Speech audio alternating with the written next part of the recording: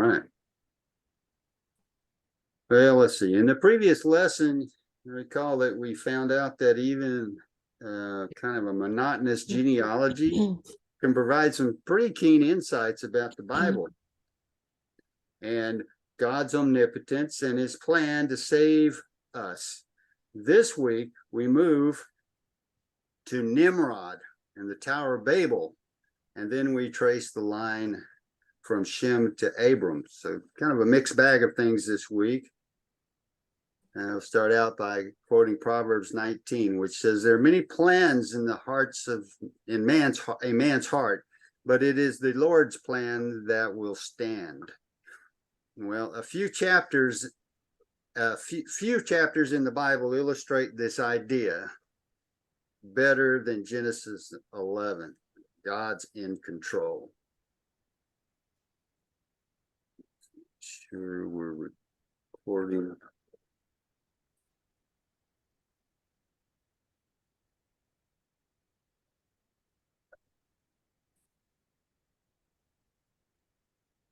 Because as we read the history of Babel and the genealogies that follow it, you can't but be impressed by how God is at work in his world and is accomplishing his plan, despite everybody all of our sins, human sin. And in our lesson today, we're going to see how God stops a revolt at Babel, see how he sustains Shem's family through the generations, and how through that sustaining, he's able to start a nation that eventually restores his kingdom and gives us Jesus.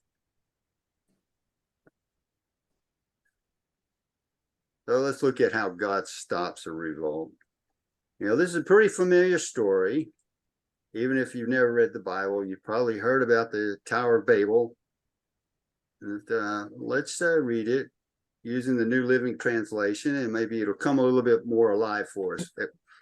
At one time, all the people in the world spoke the same language and used the same words.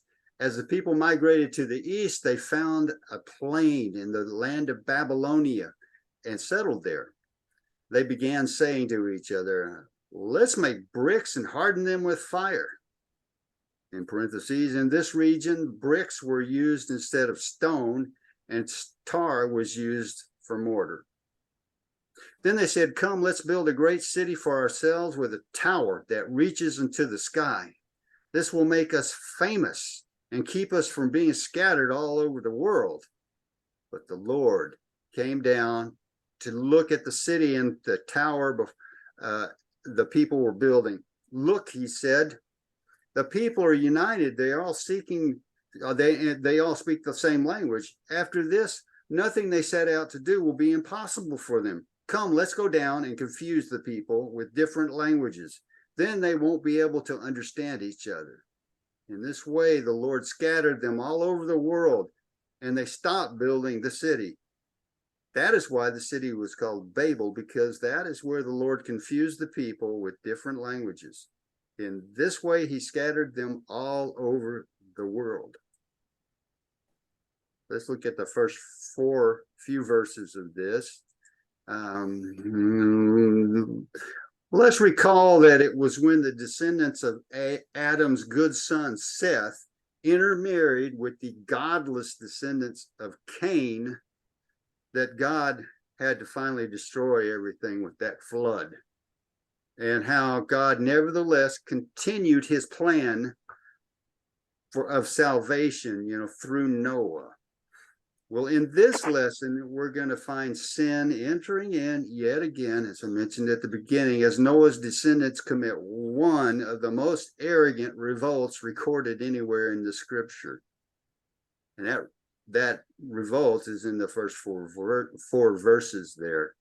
The people all moved east to the land of Shinar. Recall from the previous lesson that Shinar was where Nimrod, a descendant of Noah's bad son Ham, built the great cities of Babel and Erech and Akkad and Calneh. But wait a minute. How can that be? Because Nimrod, what was he doing in Shinar? That's in Mesopotamia. When we learned in Genesis 10 that the Semites, not the Hamites, had moved to this area. Well, here we have this Nimrod, the head of this whole thing, and he's a Hamite. The answer is that the spreading out of Noah's descendants described in chapter 10 had not yet occurred when Nimrod did all his building of these empires. Indeed, we're going to see that it was Nimrod's rebellious actions that led to this dispersal of the nations, because he's the one spearheading this building of the ziggurat. At this point, even though God had commanded mankind to be fruitful and multiply and scatter across the earth, they had decided instead to move to Nimrod's city of Babylon and settle there. That was a blatant rebellion against God. We could speculate, at least Wiersbe speculates, that Nimrod wanted them in his cities and under his dictatorial control. May have even kind of coerced them to come, move to my city or else. Well, anyway, the tower they built at Babel was known as a ziggurat, and I've got a picture of it there on the screen. Archaeologists have excavated several of these large structures, which were built primarily for religious purposes. A ziggurat was a lot like a pyramid, except that the successive layers are recessed so that you can walk to the top on steps. I've heard some theologians say that the Tower of Babel was an attempt by men to reach heaven, to become equal with God. Wiersbe thinks that in building this structure, the people weren't really trying to climb all the way to heaven and dethrone God. Instead, they hoped that they built it to a height that the god or goddess they worship would come down from heaven to meet them, so that they would be equals that way. Both the structure and the city were called Babel, which means gate, the gate of the gods. I bet, did you know that Babel meant the gate of the gods? Well, I didn't till I read this lesson. Anyway, this infamous project was, like I say, an arrogant declaration of war against the Lord, and not unlike the revolt that's described in Psalm 2, verses 1 through 3. If we go there, let's read about that revolt. Psalm 2. Why are the nations so angry? Why do they waste their time with futile plans? The kings of the earth prepare for battle. Their rulers plot together against the Lord and plan against his anointed one. Let us break their chains, they cry, and free ourselves from slavery to God. So it sounds similar. To begin with, the people were resisting God's mandate, as I mentioned, to spread out. Perhaps motivated by fear and pride, they decided instead to build these cities, get strength in numbers, and a great ziggurat to stay together. But even more, probably than security, they wanted to make a name for themselves so they could admire themselves. They too were deceived by Satan with the same lie that he told Eve in Eden: you will be like God. If we recall back in Genesis 3. So what was God's response? Let's look. It's in Genesis 11, 5 through 9. But the Lord came down to look at the city and the tower and the people who were building it. Like I mentioned, I read this before, but it says they're united and speaking the same language. Come, let's go down and confuse the people with different languages, then they won't be able to understand each other. So God God in heaven is never perplexed by what people do on earth. So when he says, look, what are they doing? He knew already what they were doing. You know, this conceited attempt to go up was answered by heaven's calm, let's go down and see what they're doing. But if we read further on in that Psalm 2, verse 4 says, but the one who rules heaven in heaven laughs. The Lord scoffs at them. So here we say, let's break their chains, their cry, and free ourselves from slavery to God. The next verse, we'll read the full chapter, says,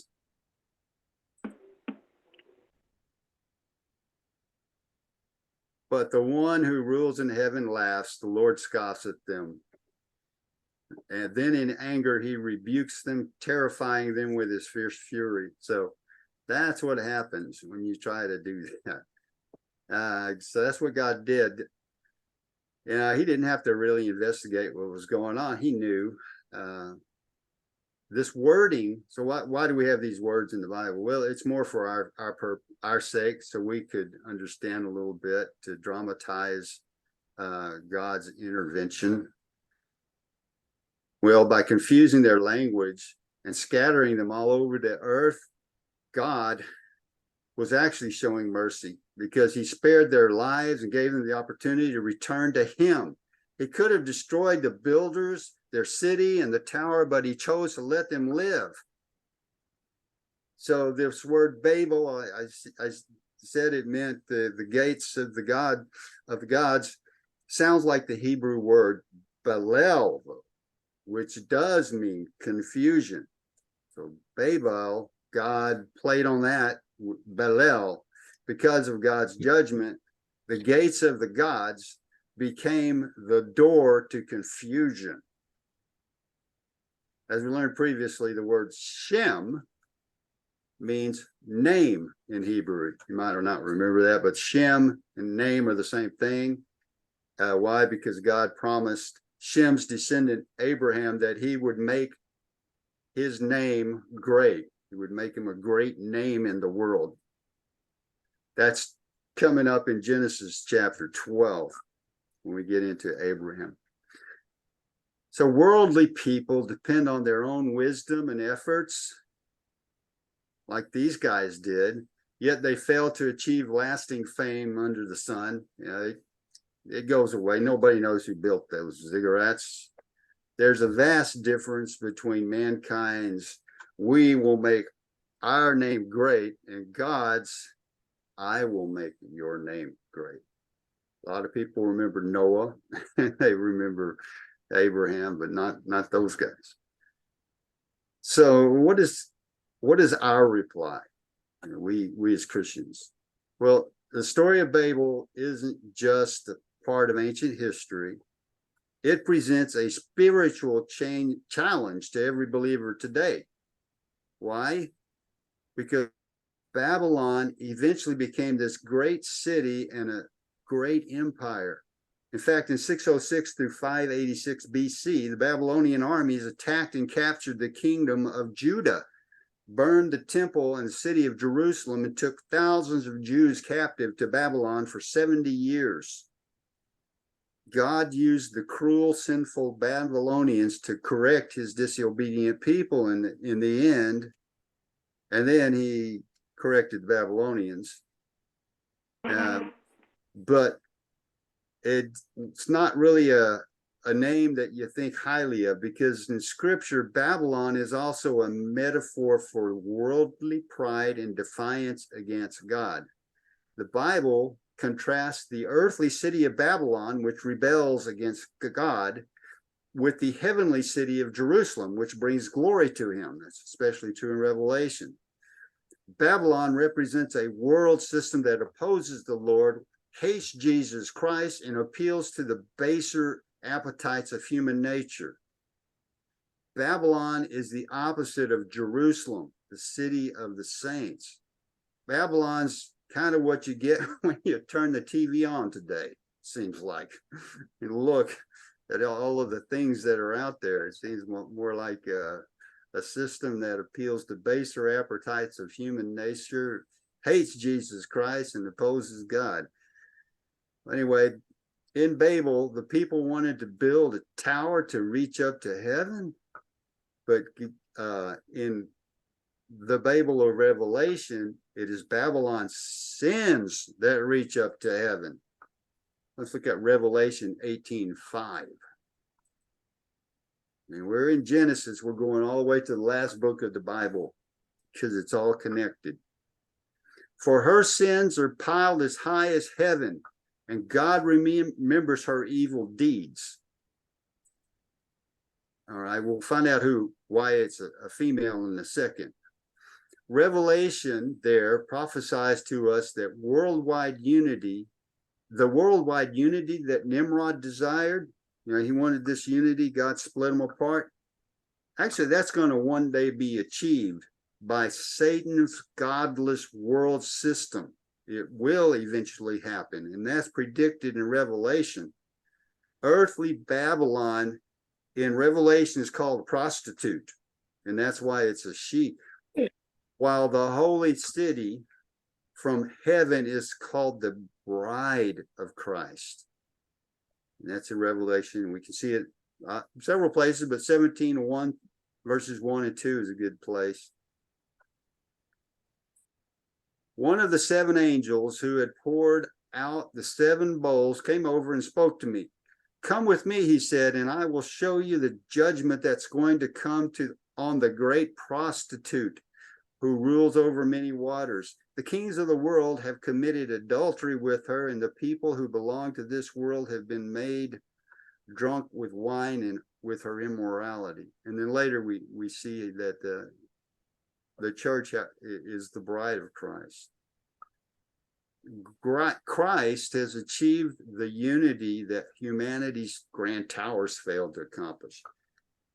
Christ did this by dying on a humiliating little tower, not a ziggurat, but a little tower called the cross.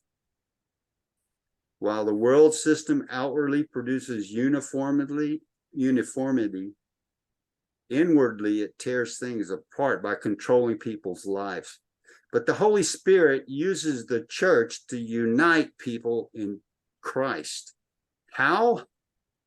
Well, we had Babylon that split everybody apart.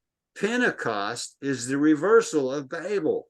The people in Jerusalem heard God's praises in their own languages. Acts 2, verses 1 through 12 is very important because it's so relevant to this, or at least verses 7 through 11 are the key ones. They were completely amazed. How can this be? They exclaimed. These are all the people who listening to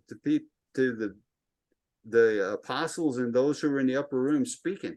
These people are all from Galilee, yet we hear them speaking in our own native languages. Here we are, Parthians, Medes, Elamites, people from Mesopotamia, Judea, Cappadocia, Pontus, and the province of Asia, Phrygia, Pamphylia, Egypt, and the areas of Libya around Cyrene, visitors from Rome, both Jews and converts to Judaism, Cretans and Arabs. We all hear these people speaking in our own language about the wonderful things God has done. So the thing is, the day will come when people from every tribe and nation will worship Jesus Christ, promised in Revelation 15:4. Who will not fear you, Lord, and glorify your name? For you alone are holy. All nations will come and worship before you, for your righteous deeds have been revealed. So that's going to happen, and the judgment of Babel will be done away with.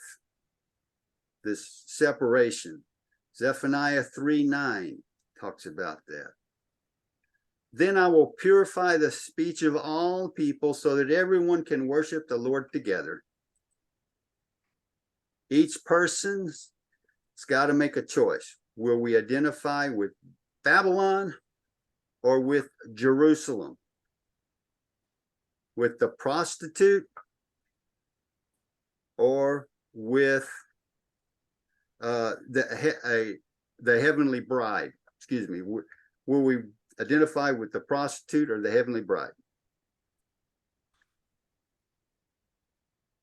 That is Wiersbe's insights on the Tower of Babel.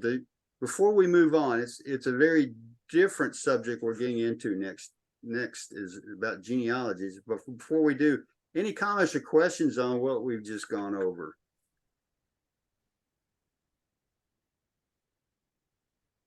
Anything you don't understand? Anything confused? Or any great insights that came into your mind? This isn't an insight, but our younger son was in Desert Storm, and he got to climb on a ziggurat that was over there. And so he said, every time he reads this story, he thinks about that. And I do too. I think about it, that he got to see one, or climb on one.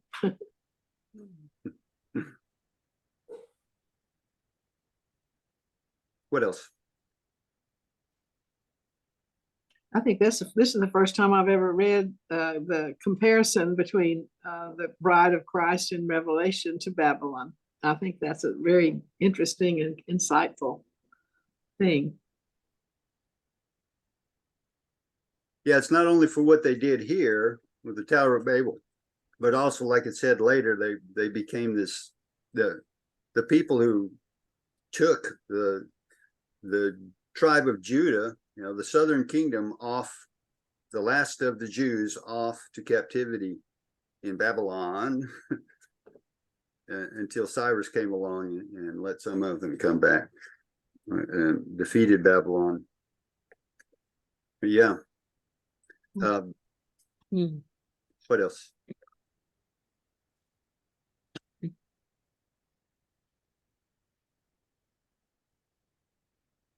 Okay, well, we'll keep going.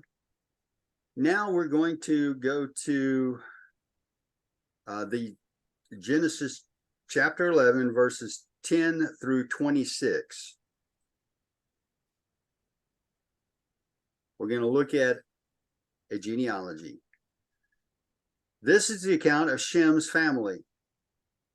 And I may go through it kind of quickly. 2 years after the great flood, when Shem was 100 years old, he became the father of Arphaxad. After the birth of Arphaxad, Shem lived another 500 years and had other sons and daughters. Recall that Shem is Noah's good son. That was one who covered Noah up. When Arphaxad was 35 years old, he became the father of Shelah. After the birth of Shelah, Arphaxad lived another 403 years and had other sons and daughters. When Shelah was 30 years old, he became the father of Eber. Okay, let's skip. When Eber was 34 years old, he became the father of Peleg. When Peleg was 30 years old, he became the father of Reu.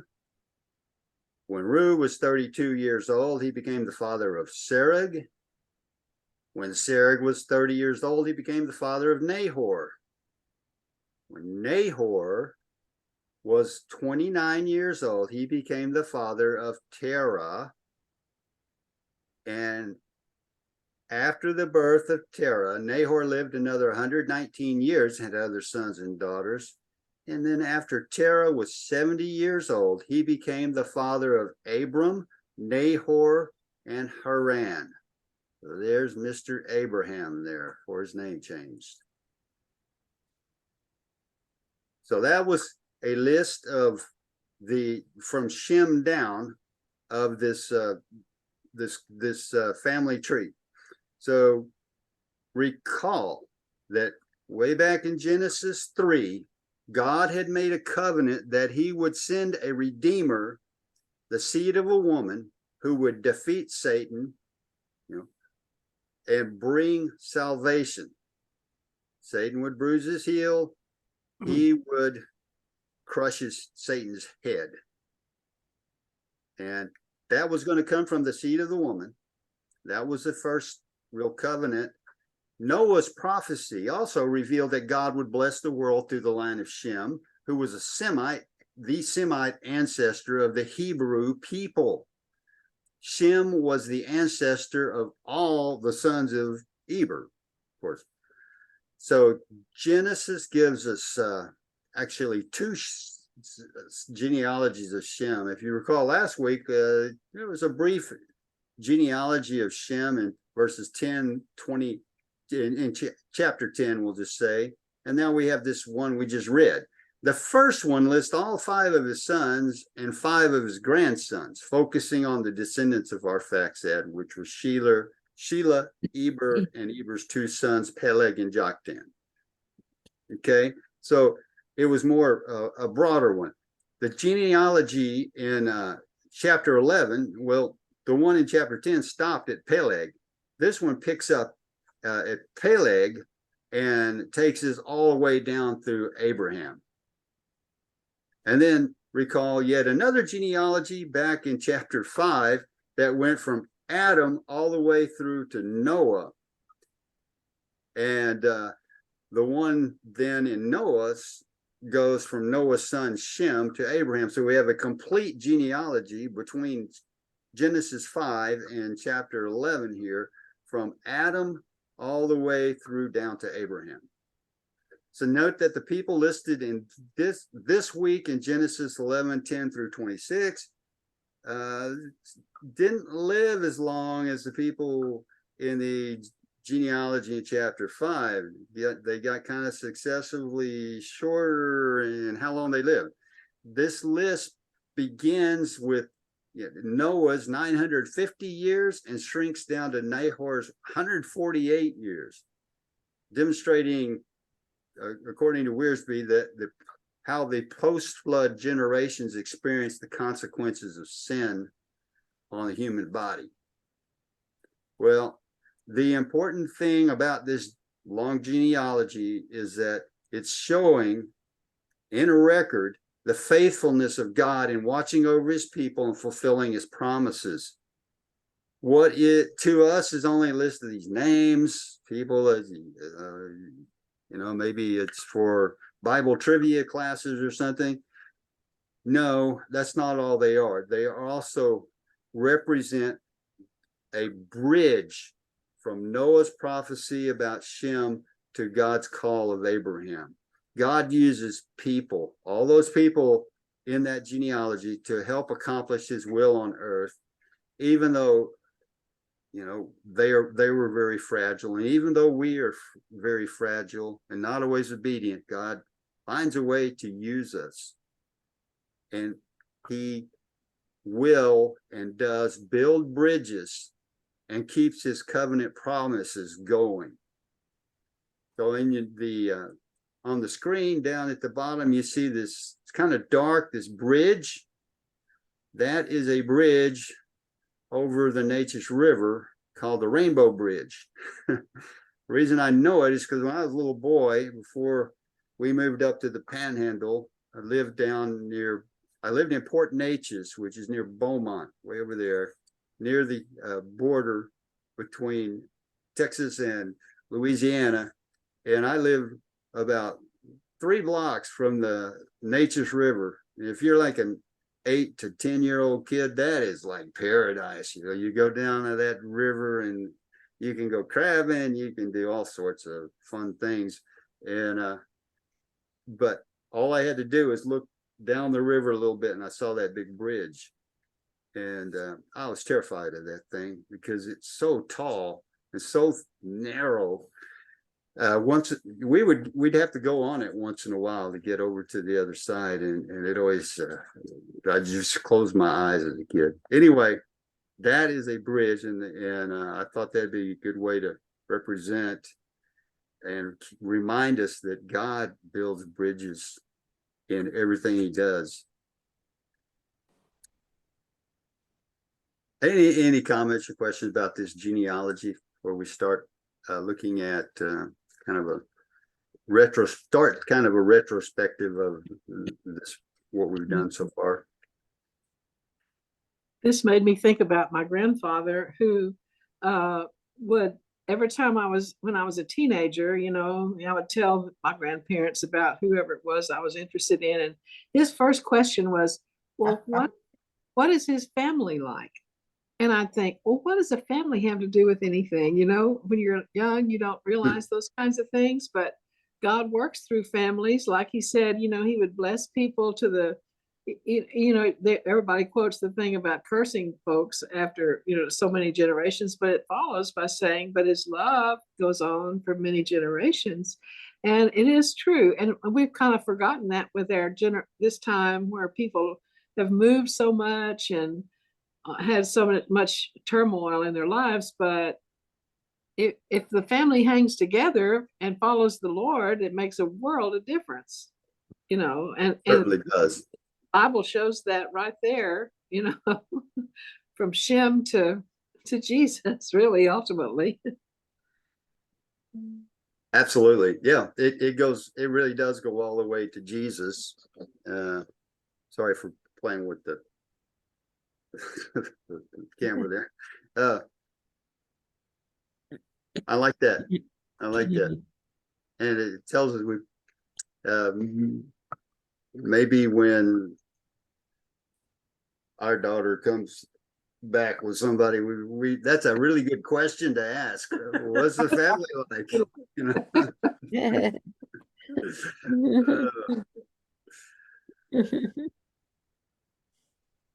Okay, well, let's go on to the next.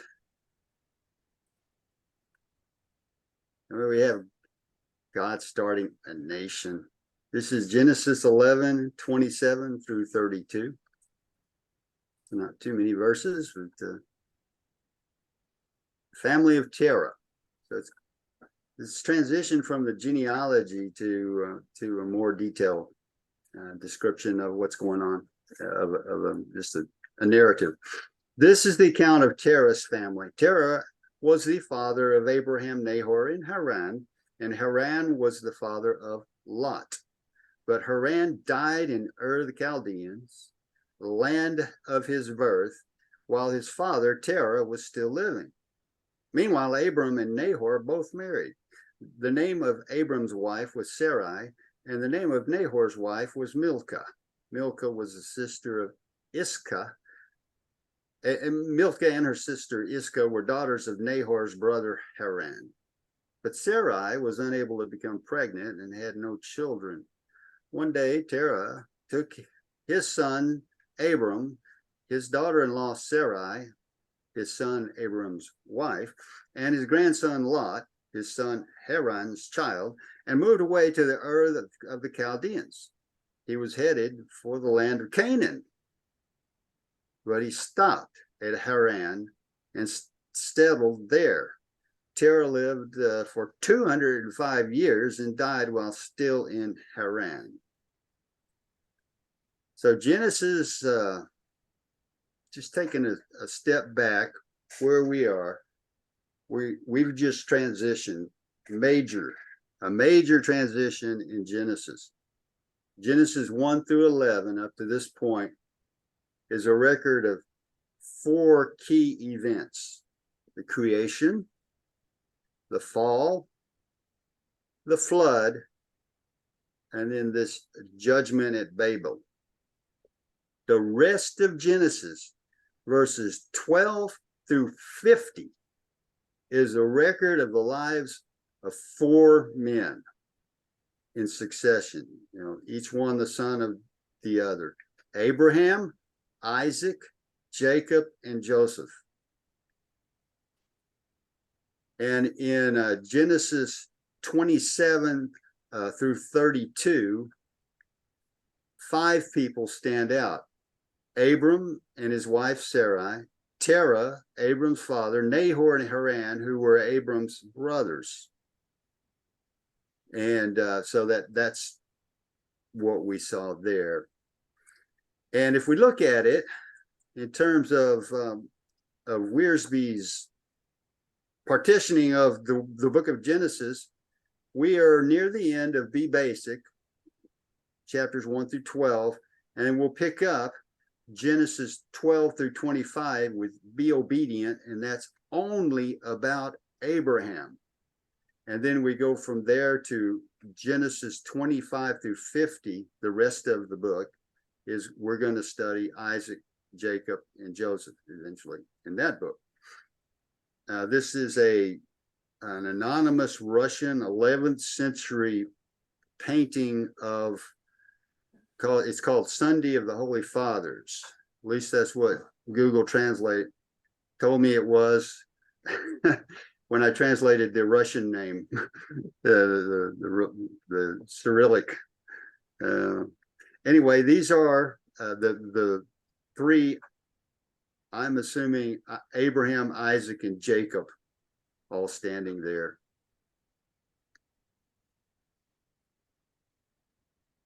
Let's look at the genealogy here. This is in Genesis 27 through 32. We have Terah. Now he descended straight, as we read, a direct line from Shem, who came from Noah. And he had a son named Haran, and who had Lot and Milcah, yeah.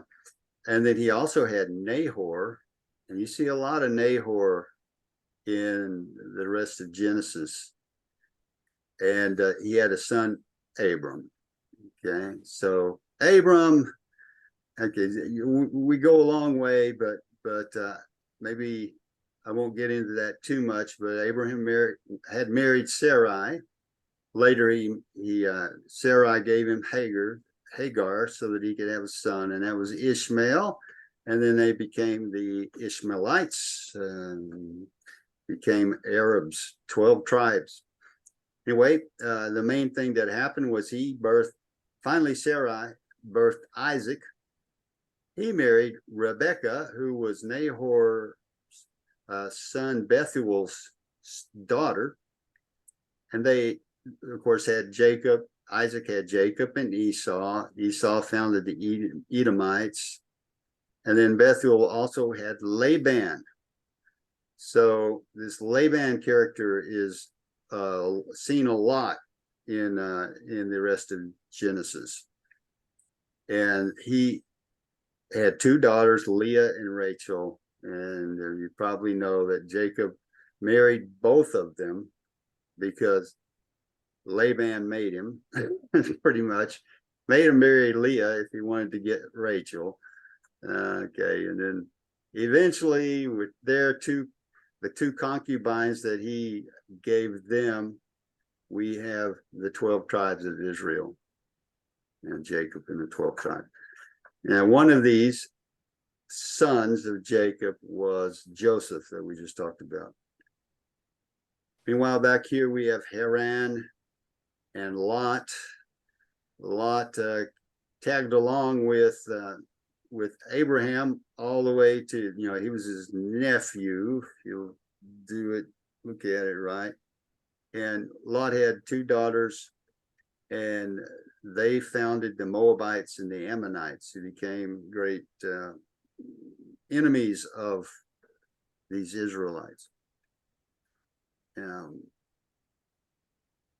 Any questions about this genealogy?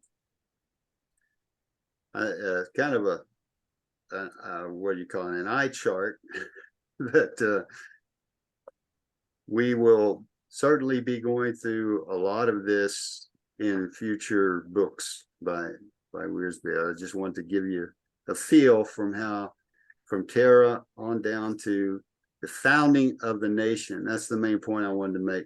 The Israelites became the Jewish nation. The Jews.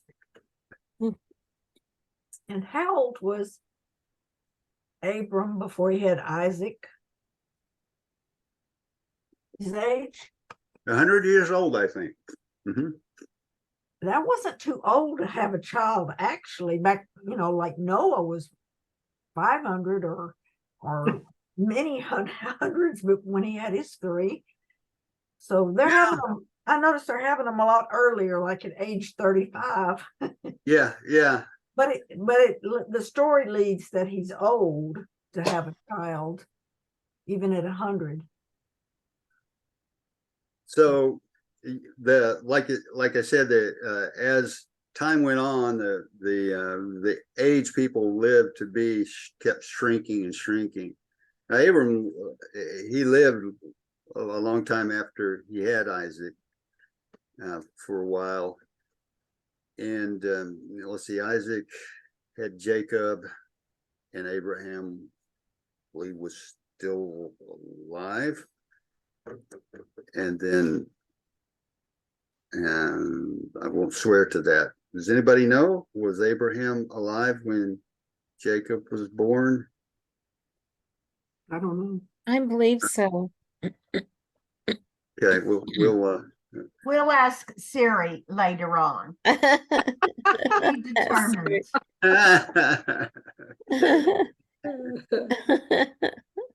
Siri knows.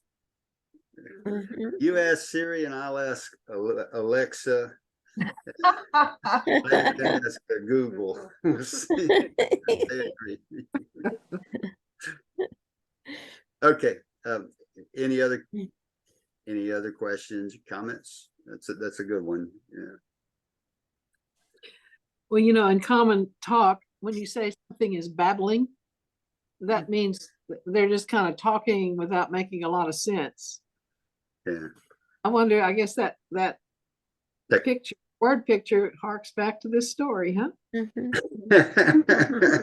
Yeah, I Yeah. guess so. I wonder how many languages they had. The people in this family tree here. And no, at Babel, when they all became talking different languages, I wonder how many languages there were. A lot. Well, Every village have a. when God made them have, spread them out, I imagine he built silos or fences around, but they probably all kind of grouped together at that point, spread out all over the world, I'm guessing, and quickly would develop their own dialect and languages. It doesn't take long for a language to be created, really, in the scheme of things. At least that's my observation. And of course, today we're losing a lot of languages. They're disappearing as people all begin to speak a common language. Well, I don't know where that's going, but I'm not going to speculate on that because I'm not going to try to guess God's schedule there for the end times. But that would be one sign of it. We're all speaking the same sort of language. Yeah. Okay, well, let's go on.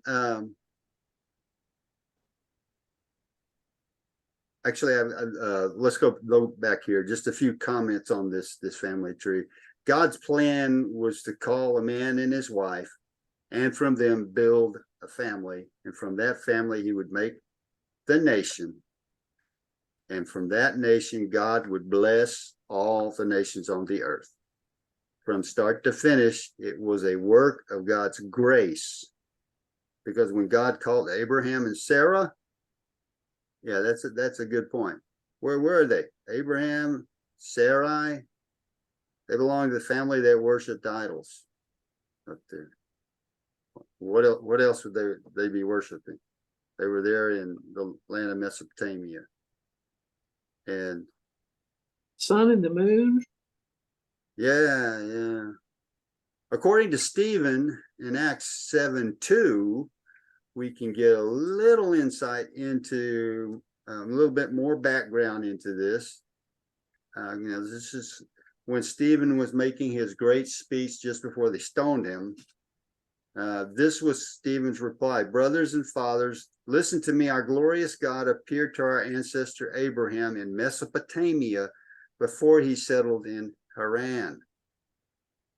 Okay, so God appeared to Abraham before he settled in Haran. So if you put two and two together, that means that God appeared to Abraham in Mesopotamia and called him to go to Canaan, not Haran. So Abraham must have shared this amazing message with his family and told them that he and Sarah were leaving. You know, he was supposed to take only what God told him to do is take only Sarah and depart, leaving his family behind. But looks like everybody went with him except his brother Nahor and Haran here. His brothers didn't go, but everybody else, including this Lot, and his father went with him to Haran. Well, Haran didn't go because he died. He died in the land of Mesopotamia. But Nahor and his wife Milcah and their son Bethuel and granddaughter Rebecca, they'll show up later in the story. When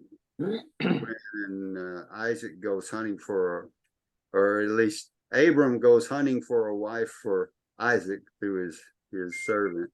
Anyway, it appears that Abram's father, Terah, maybe did believe in God because he started a trip to Canaan with his family, but stopped at Haran for some reason. Okay, so maybe Terah eventually became a believer when he found out that God was speaking to Abraham. Speculation. Nobody knows. At any rate, we do know that God chose Abraham and Sarai to build his nation, even though they were childless and Sarai appeared unable to have children. Abram means exalted father. But when God chose him, he wasn't a father at all. He didn't have any children, and his wife was barren. They were the least likely candidates to have a family and build a great nation. But God's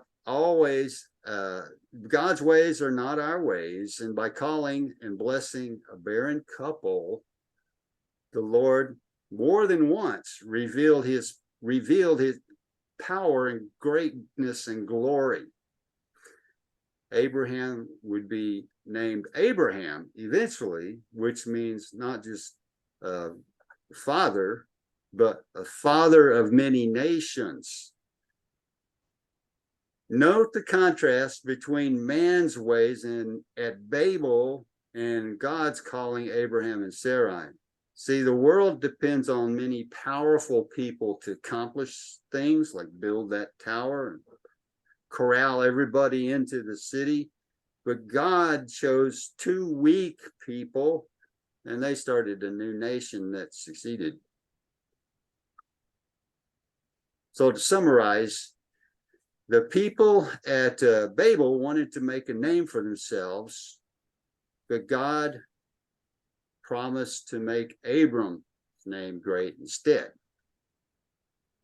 The ziggurat builders at Babel followed the wisdom of this world, but Abram and Sarai trusted the word of God.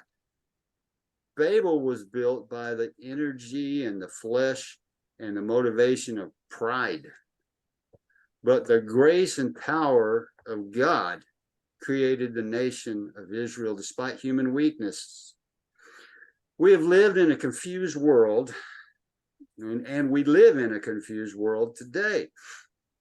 And Babel or confusion is still with us. But God still has his faithful remnant of followers who keep their eyes on the heavenly city, and we are part of that remnant, folks. We are part of it. The book of Hebrews explains that all these God's people died still believing what God had promised them. They didn't. So when it says all these people died still believing what God had promised, and he's talking about all of the heroes of faith that had come, that Hebrews talks about, and all these people, Abraham, Noah, and so forth. They died still believing what God had promised, and they didn't receive what was promised, but they saw it all from a distance and welcomed it. They agreed that they were foreigners and nomads here on earth, and people who say such things are looking forward to a country when they can call their own. People who are pilgrims on this earth are going somewhere, and they're going to a country that they can call their own. They could have gone back if they had longed for the country they came from, but they were looking for a better place, a heavenly homeland. That is why God is not ashamed to be called their God, for he prepared a city for them. What I just read is Hebrews 11, verses 13 through 16.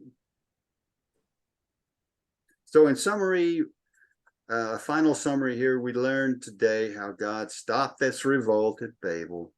He sustained Shem's family through the generations, family tree and genealogy, and he started this great nation through this lowly man, Abram, who became Abraham. Next week, we're going to finish this study of Genesis 1 through 11 by reviewing all the chapters. We're going to extract out of that 12 basic foundational truths upon which the rest of the Bible depends. So read Wiersbe's Be Basic, chapter 13, which is called Back to Basics.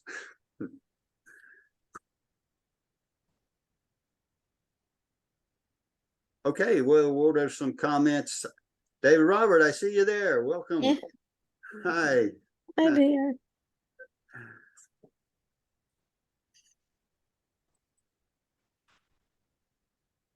Well, we've been talking all along. Is there any other comments people have? We got about 5 minutes here.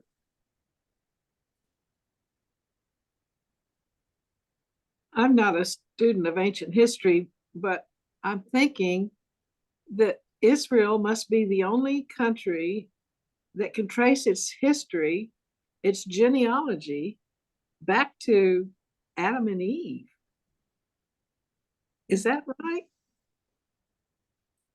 I mean, of course, I don't know, but I think that that's in itself a miracle. That to me is a reason to study the genealogy to see. Well, if we look at this family tree, you can see there are other nations who come from Terah. There are Moabites, Ammonites, Edomites, and even all of the Ishmaelites.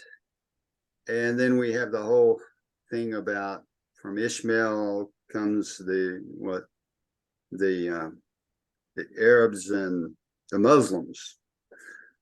So certainly Israel's got, I think, more claim on it than anybody, all the way back to there. But Because they're not the root of Jesse. Jesse? Right, the root of Jesse. Israel is the root of Jesse. Well, that was David's father. Yeah.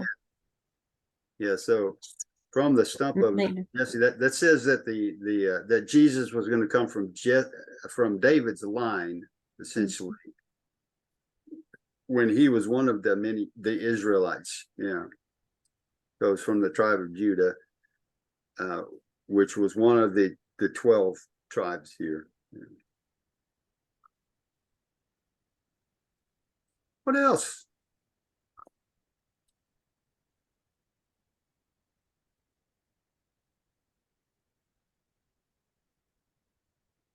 Bitsy, I bet you've heard this story before. Did you get anything new out of it? Well, I'm certainly knowing it. We should pay more attention to the different ones in the families. I had always just kind of read through them and brushed them aside instead of really studying what it meant all through the Bible. I've enjoyed all of the meetings and everybody's comments, and I've enjoyed listening. Well, good. Thank you.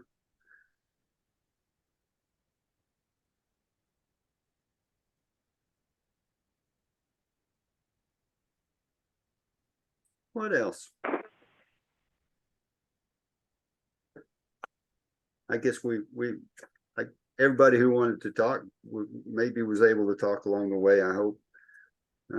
Give comments. Yeah, I was going to say, I think it shows the faithfulness of God, especially because if you look back at most of these figures, the Bible says they trusted God, right? And it was counted to them, like, basically, I mean, Hebrews 11, right? They were heroes because not because of their works, but because they trusted God. And in each instance, especially with Abraham and Sarah, which we just read, I think it's next week, but I mean, the fact that they trusted God until they didn't, and then it still like did not keep God from reneging on his promise. Like he's not a conditional God. It's not like I will make you and then make many nations from you, unless you mess up along the way, basically. So I thought that was really cool. Mhm. Excellent point. I mean, that bridge, that rainbow bridge is there. It's not, he's not going to tear it down if some people along the way, especially during the times of the kings, after the descendants of David who were not faithful, that bridge from David to Jesus stayed there, even through the unfaithful people. Exactly. I think that's a good point. Right. I mean, even Rahab, right? I mean, Jesus's lineage is traced back through Rahab, isn't it? I mean, Yes. she was a prostitute. So Yeah. kind of goes to show like we can't really look down on different other sins, right? Because it's like, oh well, Abraham and Sarah didn't trust God. Oh well, like Rahab was a prostitute. And Jesus came from her line. I mean, so Yeah, that doesn't mean that the Bible condones prostitution. It means that oh certainly, yeah. even prostitutes, people who sin, God uses and forgives and can use for his glory. Mhm. In fact, today we read about how the Babylonians, this vicious people, came and terrorized and took over the southern kingdom, Judah.